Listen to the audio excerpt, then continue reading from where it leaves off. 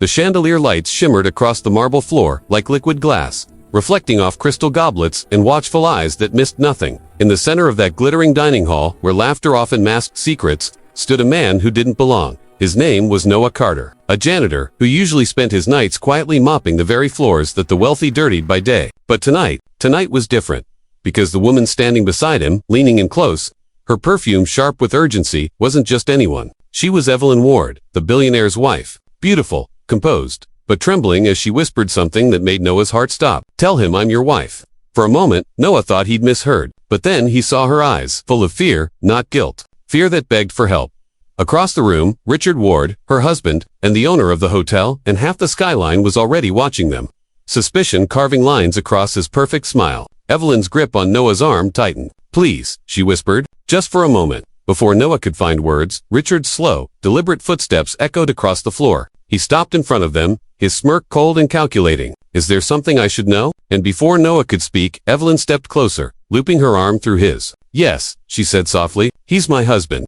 The entire hall froze. Forks stopped mid-air. The piano fell silent. Richard's confident smirk faltered just for a second before he turned away with a bitter laugh. Noah stood frozen, heart pounding, as Evelyn's hand slipped away. "Thank you," she whispered. "I had no other choice."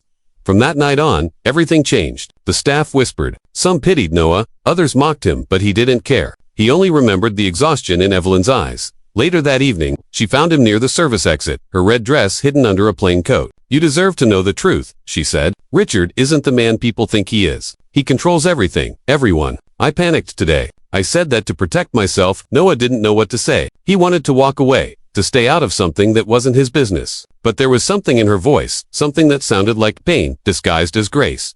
And that's how their unlikely friendship began. Whispered conversations in quiet hallways, coffee shared during late shifts, and laughter that reminded Evelyn what it felt like to be human again. Weeks passed, and the secret that once protected her grew heavier with time, until one afternoon, Richard appeared again, outside by the fountain where Noah worked. "Funny thing," Richard said with a thin smile, "my wife's been glowing lately. I wonder who to thank."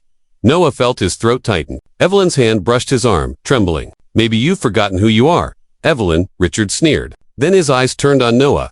"And maybe you've forgotten your place." The silence that followed was sharper than glass. Then, with tears in her eyes but courage in her voice, Evelyn finally said, "No, I just remembered who I was before you broke me." For the first time, Richard had no words. He turned and walked away. That night, Evelyn left her mansion, her jewels, her title, everything. All she carried was her courage, and Noah's quiet kindness.